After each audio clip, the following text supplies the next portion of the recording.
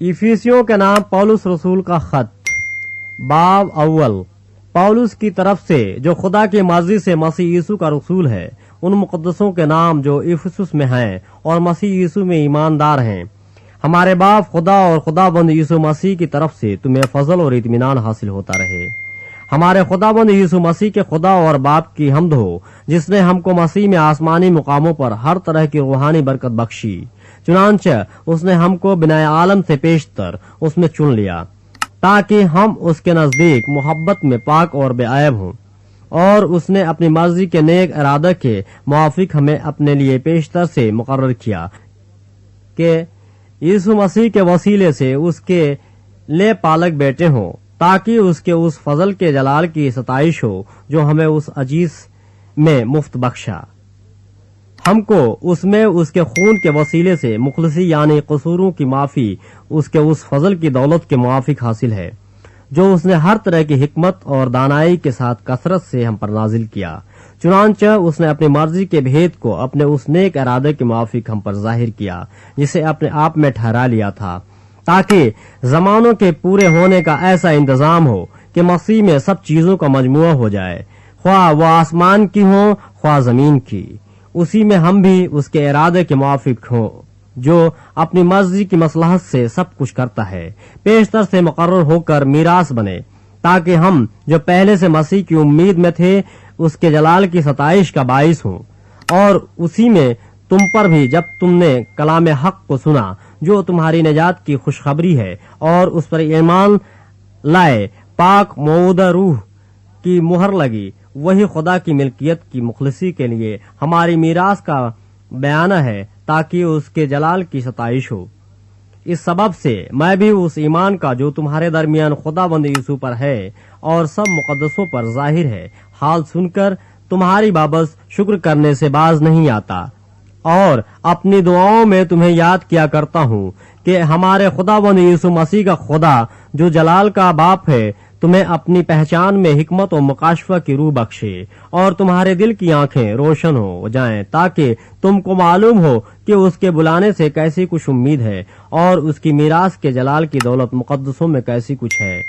اور ہم ایمان لانے والوں کے لیے اس کی بڑی قدرت کیا ہی بے حد ہے، اس کی بڑی قوت کی تاثیر کے موافق جو اس نے مسیح میں کی، جب اسے مردوں میں سے جلا کر اپنی دہنی طرف آسمانی مقاموں پر بیٹھایا، اور ہر طرح کی حکومت اور اختیار اور قدرت اور ریاست اور ہر ایک نام سے بہت بلند کیا، جو نہ صرف اس جہان میں بلکہ آنے والے جہان میں بھی لیا جائے گا، اور سب کچھ اس کے پاؤں تلے کر دیا، اور اس کو سب چیزوں کا سردار بنا کر کلیسیا کو دے دیا۔ یہ اس کا بدن ہے اور اسی کی معموری، جو ہر طرح سے سب کا معمور کرنے والا ہے۔ باب دوم۔ اور اس نے تمہیں بھی زندہ کیا جب اپنے قصوروں اور گناہوں کے سبب سے مردہ تھے،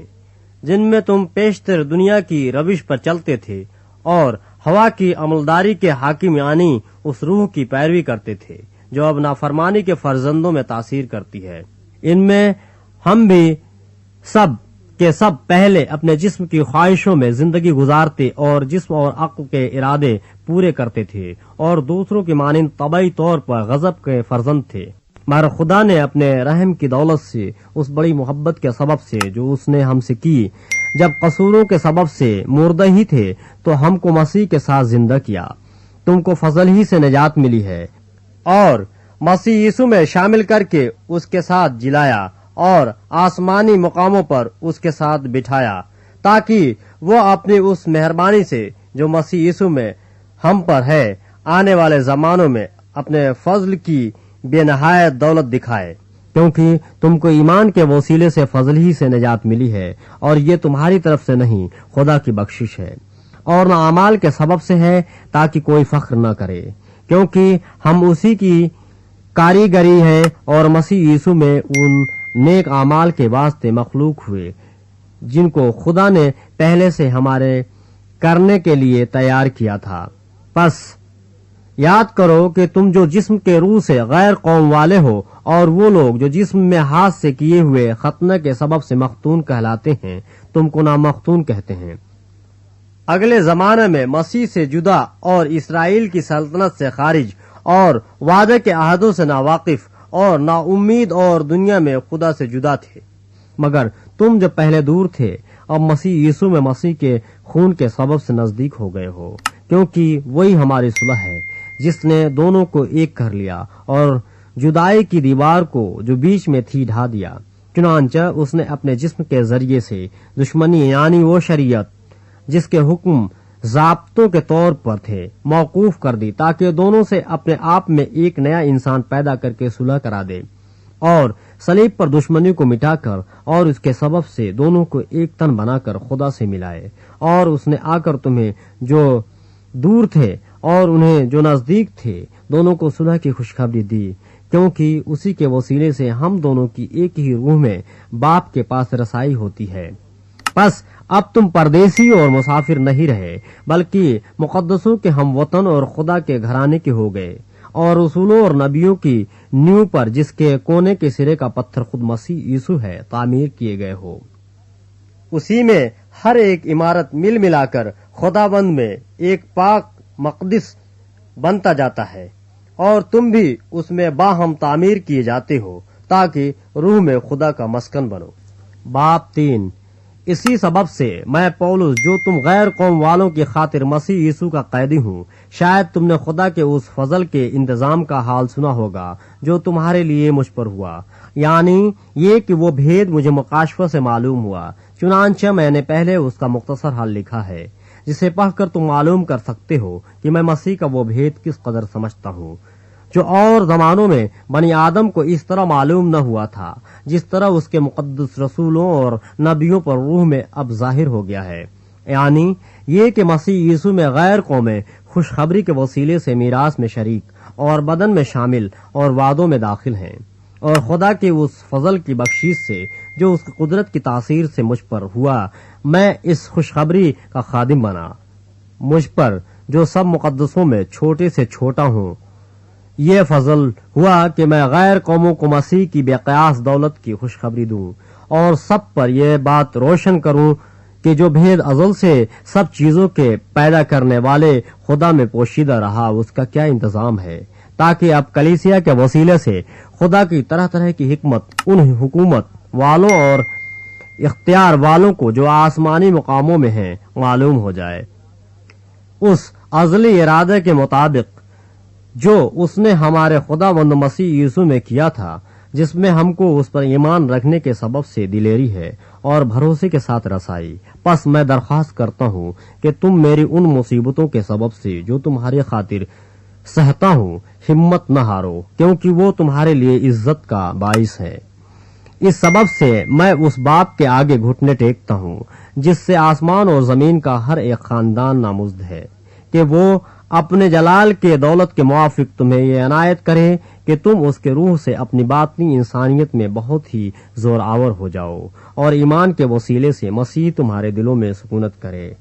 تاکہ تم محبت میں جڑ پکڑ کے اور بنیاد قائم کر کے سب مقدسوں سمیت بخوبی معلوم کر سکو کہ اس کی چوڑائی اور لمبائی اور اونچائی اور گہرائی کتنی ہے، اور مسیح کی اس محبت کو جان سکو جو جاننے سے باہر ہے، تاکہ تم خدا کی ساری معموری تک معمور ہو جاؤ۔ اب جو ایسا قادر ہے کہ اس قدرت کے موافق جو ہم میں تاثیر کرتی ہے ہماری درخواست اور خیال سے بہت زیادہ کام کر سکتا ہے، کلیسیا میں اور مسیح یسوع میں پشت در پشت اور عبدالآباد اس کی تمجید ہوتی رہے، آمین۔ باب 4۔ پس میں جو خداوند میں قیدی ہوں تم سے التماس کرتا ہوں کہ جس بلاوے سے تم بلائے گئے تھے اس کے لائق چال چلو، یعنی کمال فروتنی اور حلم کے ساتھ تحمل کر کے محبت سے ایک دوسرے کی برداشت کرو، اور اسی کوشش میں رہو کہ روح کی ایکانگی صلح کے بند سے بندھی رہے۔ ایک ہی بدن ہے اور ایک ہی روح، چنانچہ تمہیں جو بلائے گئے تھے اپنے بلائے جانے سے امید بھی ایک ہی ہے۔ ایک ہی خداوند ہے، ایک ہی ایمان، ایک ہی بپتسمہ، اور سب کا خدا اور باپ ایک ہی ہے، جو سب کے اوپر اور سب کے درمیان اور سب کے اندر ہے، اور ہم میں سے ہر ایک پر مسیح کی بخشش کے اندازے کے موافق فضل ہوا ہے۔ اسی واسطے وہ فرماتا ہے کہ جب وہ عالم بالا پر چڑھا تو قیدیوں کو ساتھ لے گیا اور آدمیوں کو انعام دیے اس کے چڑھنے سے اور کیا پایا جاتا ہے سوائے اس کے کہ وہ زمین کے نیچے کے علاقے میں اترا بھی تھا، اور یہ اترنے والا وہی ہے جو سب آسمانوں سے بھی اوپر چڑھ گیا تاکہ سب چیزوں کو معمور کرے، اور اسی نے بعض کو رسول اور بعض کو نبی اور بعض کو مبشر اور بعض کو چرواہا اور استاد بنا کر دے دیا تاکہ مقدس لوگ کامل بنے اور خدمت گزاری کا کام کیا جائے اور مسیح کا بدن ترقی پائے، جب تک ہم سب کے سب خدا کے بیٹے کے ایمان اور اس کی پہچان میں ایک نہ ہو جائیں اور کامل انسان نہ بنے، یعنی مسیح کے پورے قد کے اندازہ تک نہ پہنچ جائیں، تاکہ ہم آگے کو بچے نہ رہیں اور آدمیوں کی بازی گری اور مکاری کے سبب سے ان کے گمراہ کرنے والے منصوبوں کی طرف ہر ایک تعلیم کے جھونکے سے موجوں کی طرح اچھلتے بہتے نہ پھریں، بلکہ محبت کے ساتھ سچائی پر قائم رہ کر اور اس کے ساتھ جو سر ہے یعنی مسیح کے ساتھ پیوستہ ہو کر ہر طرح سے بڑھتے جائیں، جس سے سارا بدن ہر ایک جوڑ کی مدد سے پیوستہ ہو کر اور گٹھ کر اس تاثیر کے موافق جو بقدر ہر حصہ ہوتی ہے اپنے آپ کو بڑھاتا ہے تاکہ محبت میں اپنی ترقی کرتا جائے۔ اس لیے میں یہ کہتا ہوں اور خدا بند میں جتائے دیتا ہوں کہ جس طرح غیر قومیں اپنے بیہودہ خیالات کے موافق چلتی ہیں، تم آئندہ کو اس طرح نہ چلنا، کیونکہ ان کی عقل تاریک ہو گئی ہے اور وہ اس نادانی کے سبب سے جو ان میں ہے اور اپنے دلوں کی سختی کے باعث خدا کی زندگی سے خارج ہیں۔ انہوں نے سن ہو کر شہوت پرستی کو اختیار کیا تاکہ ہر طرح کے گندے کام حرص سے کریں، مگر تم نے مسیح کی ایسی تعلیم نہیں پائی، بلکہ تم نے اس سچائی کے مطابق جو یسوع میں ہے اسی کی سنی اور اس میں یہ تعلیم پائی ہوگی کہ تم اپنے اگلے چال چلن کی اس پرانی انسانیت کو اتار ڈالو جو فریب کی شہوتوں کے سبب سے خراب ہوتی جاتی ہے، اور اپنی عقل کی روحانی حالت میں نئے بنتے جاؤ اور نئی انسانیت کو پہنو جو خدا کے مطابق سچائی کی راست بازی اور پاکیزگی میں پیدا کی گئی ہے۔ پس جھوٹ بولنا چھوڑ کر ہر ایک شخص اپنے پڑوسی سے سچ بولے، کیونکہ ہم آپس میں ایک دوسرے کے عضو ہیں۔ غصہ تو کرو مگر گناہ نہ کرو، سورج کے ڈوبنے تک تمہاری خفگی نہ رہے اور ابلیس کو موقع نہ دو۔ چوری کرنے والا پھر چوری نہ کرے بلکہ اچھا پیشہ اختیار کر کے ہاتھوں سے محنت کرے تاکہ محتاج کو دینے کے لیے اس کے پاس کچھ ہو۔ کوئی گندی بات تمہارے منہ سے نہ نکلے بلکہ وہی جو ضرورت کے موافق ترقی کے لیے اچھی ہو، تاکہ اس سے سننے والوں پر فضل ہو، اور خدا کے پاک روح کو رنجیدہ نہ کرو جس سے تم پر مخلصی کے دن کے لیے مہر ہوئی۔ ہر طرح کی تلخ مجازی، قہر اور غصہ اور شور غل اور بدگوئی، ہر قسم کی بدخواہی سمیت تم سے دور کی جائیں، اور ایک دوسرے پر مہربان اور نرم دل ہو، اور جس طرح خدا نے مسیح میں تمہارے قصور معاف کیے ہیں تم بھی ایک دوسرے کے قصور معاف کرو۔ باب 5۔ پس عزیز فرزندوں کی طرح خدا کے مانند بنو اور محبت سے چلو جیسے مسیح نے تم سے محبت کی اور ہمارے واسطے اپنے آپ کو خوشبو کے مانند خدا کی نظر کر کے قربان کیا، اور جیسا کہ مقدسوں کو مناسب ہے